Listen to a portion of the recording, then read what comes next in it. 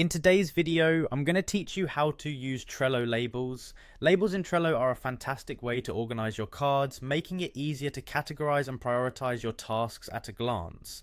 By the end of this guide, you'll have a clear understanding of how to create and customize labels to fit your workflow seamlessly.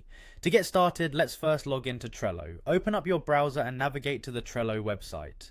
Once there, look for the login button, usually located at the top right corner of the page. Clicking on it will take you to the login options. Most users find it convenient to log in using their Google accounts, as this provides a quick and secure way to access their Trello boards. So, click on the Google option and select your account from the prompt that appears. Once you're logged in, it's time to navigate to your board to begin working with labels. Select the board where your task cards are located.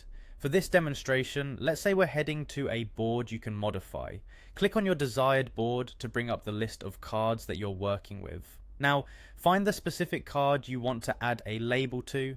Labels are usually located at the top of the card for easy access. You'll see an option to click on Labels, typically represented by a colourful circle or rectangle icon.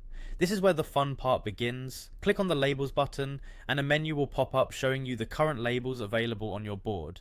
If you want to modify an existing label or add a new one, look for the pencil icon beside the label option. Clicking this pencil icon allows you to edit or name the label to something that fits your organizing needs better.